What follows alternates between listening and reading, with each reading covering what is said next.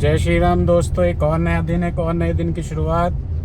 अभी हो रही है शाम और शाम के बजे हैं 5:30। आज बहुत दिनों बाद मैं आपसे बातें कर रहा हूँ। इनफैक्ट मैंने कैमरा ही बहुत दिनों बाद उठाया है और ब्लॉगिंग तो मेरी बीच में बार बार, जैसे मैं बार बार आपसे डिस्कस करता हूँ, मेरी बीच में छूट जा रही है। बट कोशिश करूँगा अब इन फ्यूचर मेरी ब्लॉगिंग कंटिन्यू रहे और ब्लॉग ना बनाने का मेरा स्पेसिफिक रीज़न ऐसा बहुत बड़ा नहीं है। और बड़ा भी क्या, मेरा देख रहे हो आप, फेस देख रहे हो, स्मार्ट लग रहा हूँ भैया। बीमार पड़ा था इसलिए ब्लॉगिंग नहीं आ रही थी, तो अभी ठीक हूँ, अच्छा फील कर रहा हूँ और फिर निकल गया हूँ घूमने। आज कहाँ बस जा रहा हूँ वो तो मैं आपको रास्ते में आपसे डिस्कस करता हुआ ही चलूँगा। फ़िलहाल अपने सिटी को बाय बाय कहने का मेरा टाइम आ गया है, मतलब आज के लिए बाय बाय कहने का। कल फिर अपनी सिटी आ जाएंगे वापस। रात के लिए कहीं जा रहे हैं, ज़्यादा लंबा सफ़र नहीं कर रहा हूँ क्योंकि अभी बॉडी अलाउ नहीं कर रही है बहुत ज़्यादा लंबा ट्रैवल करने के लिए। बट हाँ, जैसे जैसे धीरे धीरे मुझे रेस्ट मिलता रहेगा मैं अपडेट होता रहूँगा। धूप बहुत तेज पड़ रही है, ओ माय गॉड। धूप एक्चुअली सामने की पड़ रही है, देखो एकदम। तो जहाँ मैं आज जा रहा हूँ एक्चुअली कुछ फैमिली का थोड़ा सा काम है जिसकी वजह से मुझे बाहर जाना पड़ रहा है। अदरवाइज इतनी गर्मी है ना भाई, इतनी गर्मी में कहीं जाने का कोई सेंस ही नहीं है। आप लोगों से मेरी ये रिक्वेस्ट है, इतनी गर्मी में कहीं ना निकलें, अपने घर में ही रहें, अपनी बॉडी को हाइड्रेटेड रखें, उसको डिहाइड्रेट ना होने दें। हेल्दी एंड वाटरी फ्रूट्स खाएं और विदाउट पेस्टिसाइड खाएं, क्योंकि आजकल मार्केट में वाटरी फ्रूट के नाम पर खूब गोरख धंधा चल रहा है भाई। गोरख धंधा भी क्या है भाई, उसमें क्योंकि वाटरी सीज़न है, वाटरी फ्रूट्स का सीज़न है, तो उसमें वो केमिकल लगा देते हैं, केमिकल की, ताकि वो जल्दी पक जाए और दिखने में अच्छा लगे, ग्रीनरी क्या उसमें थोड़ा सा पका हुआ अच्छा लगे, और ज़्यादा दिनों तक वो मार्केट में ऐसे ही अच्छा दिखता रहे। तो अच्छा दिखने के चक्कर में हम ले लेते हैं उसको और खा लेते हैं। तो सडनली तो फ़िलहाल तो हमें ऐसा कुछ होता नहीं है जल्दी से, लेकिन लॉन्ग टर्म पे उसको खाने से बहुत सारी घातक बीमारियां हो सकती हैं। तो मेरी आप लोगों को सजेशन यही है कि उसको जितना कम हो सके, या कम क्या मतलब पेस्टिसाइड का तो खाना ही नहीं चाहिए, कम होने का तो कोई सेंस ही नहीं बनता। भाई कौन चाहता है कि केमिकल वाली चीज़ें खाएं, लेकिन मार्केट में भी मिल रही हैं तो लोग खाते हैं। लेकिन जिनको पता है कि भाई उसमें इंजेक्शन लगा करके चीज़ों को पकाया गया है, तो मेरे हिसाब से नहीं खाना चाहिए। और जो सेल कर रहे हैं उनको भी एटलीस्ट आप थोड़ा सा वार्न कर सकते हो कि भाई अगर ये सारी चीज़ें सेल इस तरीके से करोगे तो फ्यूचर के लिए अच्छा नहीं है। बाकी अब हम चल रहे हैं, रास्ते भर के मैं आपको नज़ारे दिखाऊंगा। कम से कम मेरा 6 से 7 घंटे का रास्ता है, और जो मैं यहाँ से जहाँ जा रहा हूँ वहाँ से वहाँ तक का मेरा डिस्टेंस होगा लगभग 170 या 180 के अप्रॉक्स। तो अभी शाम के टाइम में मैं निकला हूँ। रास्ते पे तो शाम को एक्चुअली भीड़ हो जाती है, भीड़ इन द सेंस, दिन में तो गर्मी रहती है, लोग निकलते नहीं हैं, तो शाम को निकल रहे हैं लोग, तो इसलिए रोड पे भीड़ दिखाई देती है। इतनी देर से देखो मैं अपने सिटी से ही नहीं निकला हूँ, जबकि मेरा एक कोने से दूसरे के कोने में जाने में लगभग 2 किलोमीटर का डिस्टेंस है। लेकिन भाई 2 किलोमीटर भी इतने भारी दिखाई दे रहे हैं। आगे हमारे एसपी साहब की गाड़ी चल रही है। ऐसा लग रहा है जैसे एसपी साहब मुझे स्कॉट कर रहे हैं। Oh my God. लेकिन नहीं भाई, मुझे स्कॉट नहीं कर रहा है। वो अपनी गश्त पे निकले होंगे, ड्यूटी पे निकले होंगे। गाड़ी सामने जा रही है, इसका मतलब ये थोड़ी ना गश्त कर रहे हैं भाई। रोड कोई मैं कहीं थोड़े ना चल रहा हूँ, सभी चल रहे हैं। जिसका मैंने वो अपनी गश्त लगाया भाई। तो अभी एक फ़िलहाल कुछ रास्ते, तो जी फाइनली अपने सिटी को बाय बाय कह दिया है। धूप देखो कैसी लग रही है। इधर से धूप निकल रही है ना, सूरज पड़ रहा है तो मेरा फेस पे आपको अलग सा ही दिख रहा होगा। खैर, फाइनली अपने सिटी को बाय बाय कह दिया है और अभी हम चल रहे हैं मेरी पुरानी कर्म भूमि न्यू दिल्ली, जहाँ मैं पहले रहता था, काम करता था। कर्म भूमि इसीलिए मैंने उसको बोला कि मैं मेरा पहले काम न्यू दिल्ली में मैं काम करता था। और आज वहाँ पे थोड़ा काम है, उस काम को फिनिश करते हैं और अर्ली मॉर्निंग वहाँ से वापस आना है भाई, क्योंकि अपना यहाँ भी तो काम देखना है। और इसी बीच में आपको एक चीज़ बताता हूँ, जो मेरे पास कार है ऑल्ट्रोस। लोग कहते हैं कि ऑल्ट्रोस का माइलेज अच्छा नहीं है। इनफैक्ट टाटा वाले जो जब सेल करते हैं तो टाटा में भी हाईएस्ट माइलेज उसका जो बताते हैं 20 माइलेज हाईएस्ट बोलते हैं। 20, 18, 19, मैक्सिमम 20 बोलते हैं। मीन्स 18 तो बोलते ही बोलते हैं। तो अभी मैं आपको अपनी कार जो मेरा MID शो कर रहा है उसका मैं दिखाता हूँ आपको। ये देख रहे हो मेरा MID मेरे माइलेज कितना शो कर रहा है और मैं कितनी स्पीड में चल रहा हूँ अभी, क्योंकि ज़्यादा स्पीड में मैं चल भी नहीं सकता हूँ। हाईवे अभी मैंने टच नहीं किया है। ये एक्चुअली नेशनल हाईवे तो है नहीं, ये स्टेट हाईवे है जो एक सिटी से दूसरे सिटी को कवर करता है। मेरा माइलेज आप देख लीजिएगा और धीरे धीरे बढ़ ही रहा है, देख रहे हो। तो अल्ट्रोस वालों और टाटा वालों आप देख लो कार का माइलेज। आप कहते हो 18-19 से ज़्यादा नहीं देगी। अभी तो मेरा शुरुआत है, 20 पे मेरा माइलेज आ गया है। लोग बोलते हैं टाटा का माइलेज अच्छा नहीं है। भाई ऐसा नहीं है। हर गाड़ी का माइलेज चलाने वाले पे डिपेंड करता है, उससे कितना माइलेज उसको लेना है। एक स्पेसिफिक रेंज में आकर के माइलेज हो सकता है डाउन हो जाता है। बट अभी भी मैंने आपको दिखाया, अभी मेरी गाड़ी का माइलेज जो मुझे MID शो कर रही है 21.1।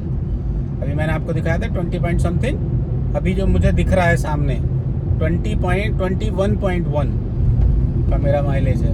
और मैं इतने माइलेज से भाई सेटिस्फाई हूँ। मुझे कोई प्रॉब्लम नहीं है कि मेरे को इतना कम माइलेज दे रही है, कम नहीं है। अगर आप इस सेगमेंट की कोई दूसरी गाड़ी उठाएंगे और इतनी भारी गाड़ी उठाएंगे, क्योंकि टाटा की गाड़ी भारी होती है भाई। टाटा लोहा देता है, सुन रहे हो मारुति वालों, टाटा लोहा देता है। 5 स्टार रेटिंग है इसकी, सेफ्टी रेटिंग। इसका मतलब ये भी नहीं है कि सेफ्टी रेटिंग 5 स्टार होने की वजह से आप अनसेफ होकर के कार ड्राइव करो। तो भाई सेफ्टी रेटिंग अगर 5 स्टार है तो आपको भी तो थोड़ा सा अकॉर्डिंगली चलना पड़ेगा ना। ऐसा नहीं होता है कि भाई किसी गाड़ी में घुसा दो आप कि भाई मेरी तो 5 स्टार रेटिंग है, मुझे कुछ नहीं होगा। ऐसा नहीं है भाई। जब वक्त बुरा आता है तो ऊंट पे बैठे हुए ऊंट पे बैठे हुए इंसान को कुत्ता काट लेता है। और देख रहे हो, झकास, अनिल कपूर वाला वर्ड झकास। तो अगर किसी के पास टाटा ऑल्ट्रोस है, वो अगर अपने माइलेज से सेटिस्फाई नहीं है तो भाई मुझे कमेंट सेक्शन में ज़रूर बताना कि उसकी गाड़ी कितना माइलेज देती है। अभी मैं जिस सिटी में आया हूँ 3rd गियर पे गाड़ी चला रहा हूँ। अभी भी मेरा 21 पॉइंट से 21.1 से 21 पॉइंट पे आ गया है। ओके, तो अभी चल रहे हैं धीरे धीरे। अभी तो सफ़र की शुरुआत है। आपको मैं माइलेज दिखाता हूँ। अभी एक वंस मैं हाईवे पे चढ़ जाऊँ ज़रा, फिर मैं भी चेक करता हूँ मेरी गाड़ी का माइलेज कितना है। एक्चुअली मैं अपनी गाड़ी का माइलेज कभी चेक भी नहीं करता हूँ। बस आज मेरे दिमाग में आई कि भाई आप लोगों को टाटा का माइलेज दिखा दूँ, क्योंकि कुछ लोग टाटा की गाड़ी को यही बोलते हैं कि टाटा की गाड़ी माइलेज नहीं देती है। ऐसा नहीं है भाई, टाटा की गाड़ी भी माइलेज देती है, बट आपको किस अकॉर्डिंगली गाड़ी को चला रहे हो वो सारी चीज़ें डिपेंड करती हैं। वेल, जो मैं यहाँ से दिल्ली जा रहा हूँ, तो मैं जिस सिटी में रहता हूँ उसका नाम है धामपुर, और धामपुर से दिल्ली लगभग 180 या 190 किलोमीटर के अराउंड पड़ता है। क्योंकि मैंने तो देखा हुआ है, इसलिए मुझे को गूगल मैप में लगाने की ज़रूरत नहीं है। तो मैं एक अराउंड आइडिया आपको बता रहा हूँ। 180 और 190 के बीच में पड़ता है, बट जिस जगह मैं जा रहा हूँ वो तो 170 के अराउंड ही है। अगर मुझे रूट डाइवर्ट नहीं करना पड़ा तो लगभग मैं 175 या 180 के अराउंड पहुँच जाऊँगा। अभी टाइम हो रहा है 6:25। मैं ऑलमोस्ट 25 किलोमीटर ड्राइव कर चुका हूँ, और देखते हैं अभी कितने बजे तक पहुँचते हैं। बीच में एक हॉल्ट ज़रूर लूँगा, क्योंकि भाई तबीयत से अभी उठाऊँ सही हो करके कंटिन्यू इतनी लंबी ड्राइव तो मैं करूँगा नहीं। और वैसे लंबी तो खैर बहुत ज़्यादा नहीं है, लेकिन बीच में रेस्ट कर लेंगे, स्ट्रेच ब्रेक ले लेंगे। अभी चल रहे हैं, और साथ में मुझे किसी और भी एक बंदे को लेकर के जाना था, बट वहाँ से मेरी गाड़ी फुल होके आएगी भाई। इसलिए उस बंदे ने खुद ही बोल दिया था कि आप भैया आप अकेले ही चले जाओ। तो निकल गया हूँ अकेले। आप लोगों का आशीर्वाद, आप लोगों का साथ बना रहेगा, आप लोगों का प्यार मुझ पे, जैसे अभी तक आपने मुझे प्यार दिखाया है, मैं अपने व्यूअर्स से यही रिक्वेस्ट करूंगा कि ऐसा ही प्यार मेरे ऊपर बनाए रखिएगा। और मैं आपको धीरे धीरे सारी चीज़ों को अपडेट करता रहूँगा। जैसे मेरे चैनल का नाम है एक्सप्लोर द ट्रू ड्रीम्स, तो जो मेरे ड्रीम्स हैं उनको मैं ट्रू करूँगा और उनको ही एक्सप्लोर करूँगा। कुछ ड्रीम्स सबके होते हैं, ड्रीम्स देखना चाहिए, क्योंकि जब तक आप ड्रीम्स देखोगे नहीं, जब तक आप अपने टारगेट सेट नहीं करोगे, तो उस टारगेट को अचीव करने के लिए भी आपको मेहनत करनी पड़ती है। और अगर आप ड्रीम्स देखोगे ही नहीं तो भैया कहाँ से काम करोगे। और अगर काम नहीं करोगे तो दुनिया में क्या करोगे। और क्योंकि आज का ज़माना ऐसा, आज का ज़माना तो पहले भी ऐसे ही था और अभी भी ऐसे ही, और आने वाले टाइम में तो और ज़्यादा टफ कंपटीशन आने वाला है। कुछ लोग होते हैं बिजी विदाउट वर्क। भैया आपका तो बिजी रहते हैं, काम के साथ बिजी रहते हैं। कोशिश करता हूँ मैक्सिमम टाइम बिजी रहूँ, और अभी भी मैं ऑलमोस्ट 18 घंटे तो काम करता ही हूँ। बिजी रहना मुझे अच्छा लगता है, काम करना मुझे अच्छा लगता है, खाली रहना तो मुझे बिल्कुल नहीं अच्छा लगता। इनफैक्ट जब काम नहीं होता है तो मेरे सर में दर्द होने लग जाता है, और जैसे जैसे काम होता है ना, मेरे अंदर एनर्जी बढ़ जाती है। इनफैक्ट जब काम को मैं देखता हूँ तो मेरे अंदर एनर्जी और ज़्यादा आती है। यस, मुझे काम फिनिश करना है। तो अभी तक ऊपर वाले की दुआ से और आप लोगों के आशीर्वाद से और अपने मम्मी पापा के आशीर्वाद से सब कुछ अच्छा चल रहा है, और कोशिश करूँगा और ऊपर वाले से और आप लोगों से के आशीर्वाद के भरोसे ही सारी गाड़ी मेरी चल रही है। मुंह पे सूरज पड़ रहा है भाई, इतना सूरज पड़ेगा तो कैसे काम चलेगा। सूरज देवता आजकल कह रहे हैं तुम निकलो और मैं तुम्हारी एनर्जी को गप्प कर जाऊं, बट हम भी अपनी एनर्जी फुल लेके चले हैं भाई। सूरज दद्दू आप कितनी एनर्जी मेरी लोगे? 100% तो मैं दूंगा नहीं, यस 10-20% तो आप ले ही लोगे। लेकिन अभी शाम का मौसम है, मौसम नहीं इनफैक्ट शाम का टाइम है, तो मौसम बहुत ज़्यादा गर्म वाला नहीं है अभी। जो मेरी गाड़ी मुझे दिखा रही है, ओ माय गॉड 37 का टेम्परेचर दिखा रही है अभी भी। बॉडी टेम्परेचर 37, इसको नहीं पता है भाई उसको बता दूं, 37 बॉडी टेम्परेचर होता है, 37 degree centigrade human body temperature रहता है। उसके अब पहुंचा तो आप को फील लगेगा कि यस आपको फीवर लाइक फील हो रहा है। बाकी चल रहे हैं, रास्ते के नज़ारे लेते हुए चलेंगे, आपको दिखाते हुए चलेंगे, नाश्ते में मज़े लेते चलेंगे और आपके मज़े दिलाते चलूँगा।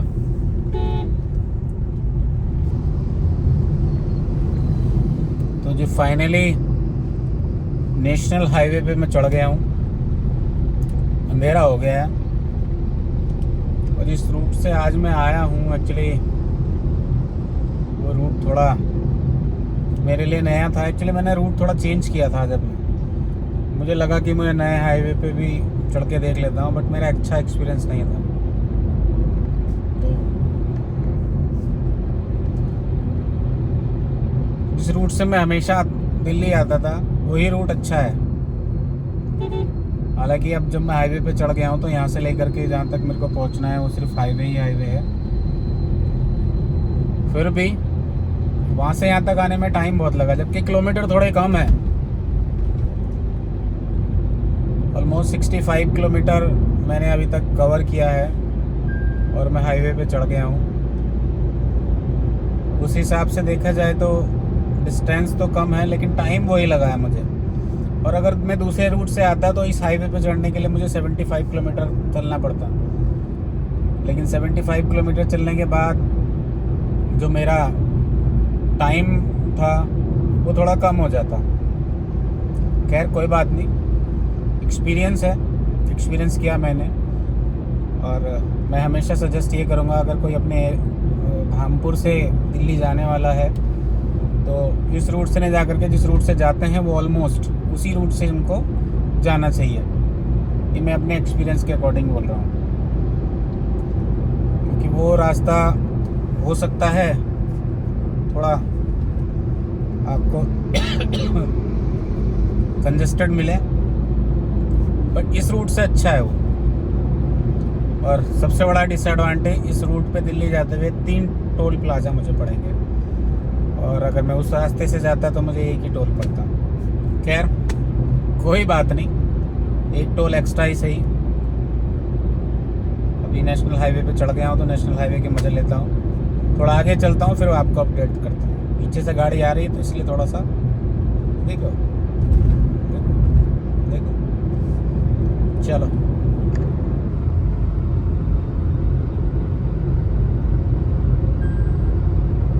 रात हो गई है, देखो मस्त हाईवे का नज़ारा, हल्का फुल्का ट्रैफिक, और अपनी गाड़ी की स्पीड देख सकते हो, बहुत ज़्यादा स्पीड नहीं कर रखी मैंने भी। 80-85 हाईवे पे बहुत ज़्यादा स्पीड तो होती नहीं है, नॉर्मल स्पीड है। लेकिन सबसे बड़ी चीज़ जो अल्ट्रोस एवरेज बोलते हैं, एवरेज को देखो, देख लो भैया, सही जा रहे हैं। और ये अभी कम हुआ है क्योंकि अभी थोड़ा सा जाम मुझे लगा था, इसलिए।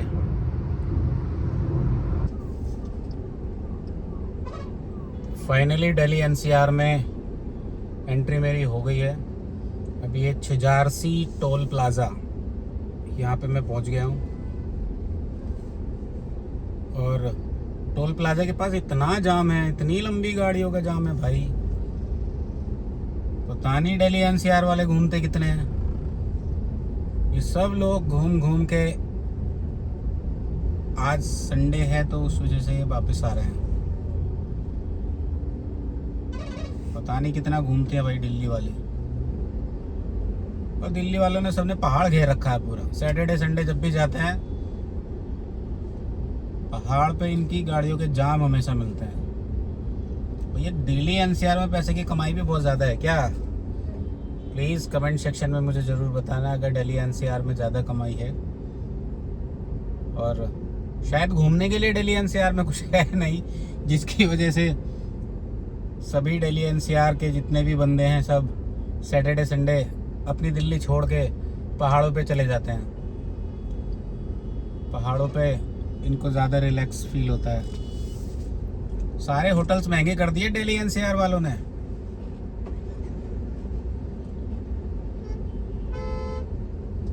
जो होटल नॉर्मल डेज में आपको 1000 रुपये का अगर मिलता है तो सैटरडे संडे वो जस्ट डबल। ये अपना एक्सपीरियंस बता रहा हूँ भाई। तो इसलिए अगर अपने एरिया का कोई बंदा है तो सैटरडे संडे घूमने का प्लान कैंसिल कर दे। और टोल पे खड़े हुए मुझे ऑलमोस्ट 2 मिनट से ज़्यादा हो गए हैं। भैया वो रूल कहाँ गया? कितने सेकंड रुकते हैं? अगर किसी को पता हो कमेंट सेक्शन में तो प्लीज़ मुझे बताना। अभी चलते हैं आगे और देखते हैं भाई अभी आगे कितने जाम से मुझे रूबरू होना पड़ेगा। देखते हैं, अभी चलते हैं।